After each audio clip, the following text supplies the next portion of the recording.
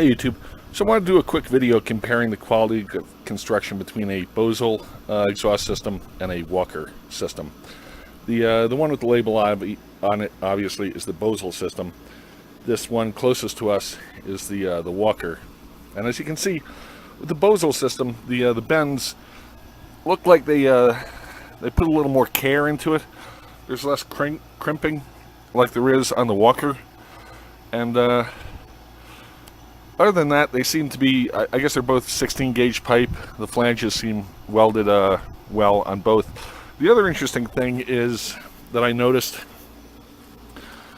on the end of the Walker pipe, it's basically whatever you get as far as welding it up.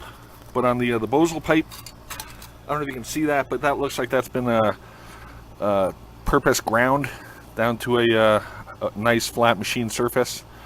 So a little more time and effort went into to making that end, as opposed to the Walker end here.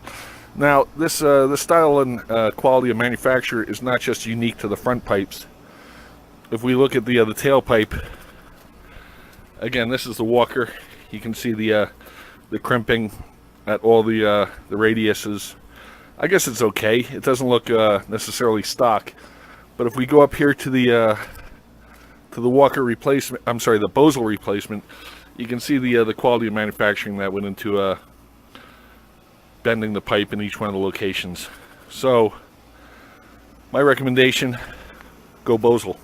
All right, if you have any questions, leave them in the comments. Otherwise, we'll talk to you later. Schalke 04 out. Bye.